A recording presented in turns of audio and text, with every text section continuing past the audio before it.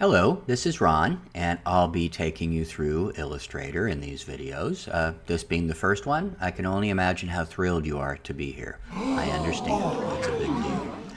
The screen you're looking at now is what's called the welcome screen. So the first time you open up Illustrator, it probably won't look exactly like this, but on subsequent openings it will. Now, you may not have all of these different documents showing, because what Illustrator is doing here is just showing you all the recent files you have worked on, and it gives you a way to easily get back to any one of those. So with a little bit of time, you'll start building up a bunch of files in your window as well.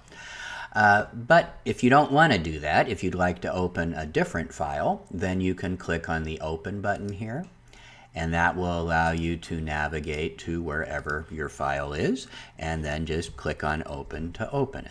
I'm going to cancel out of here though, because I want to show you how to create a new file.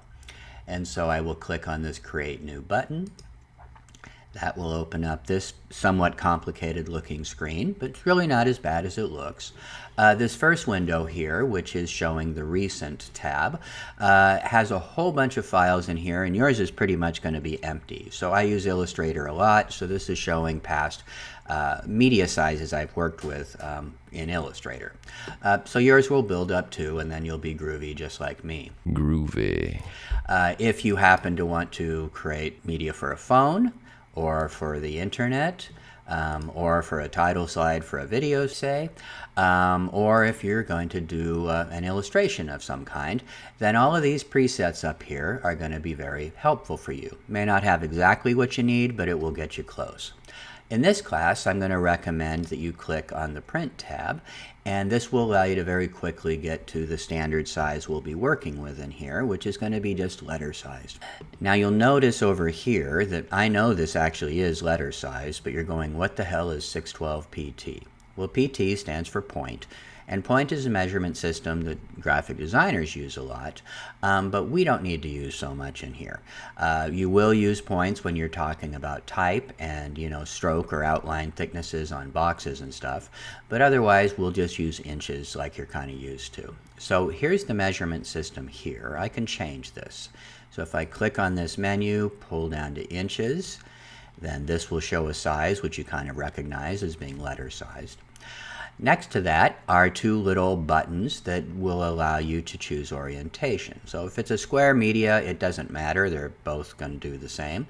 But if it does have one dimension longer than the other, you can choose for it to be either vertical, also known as portrait, or horizontal, also known as landscape. I'm going to choose landscape because that fits kind of the size of this video. And then finally, artboards. So right now it says 1. So what the heck is an artboard? I don't know. Well, an artboard is Illustrator's fancy word for page.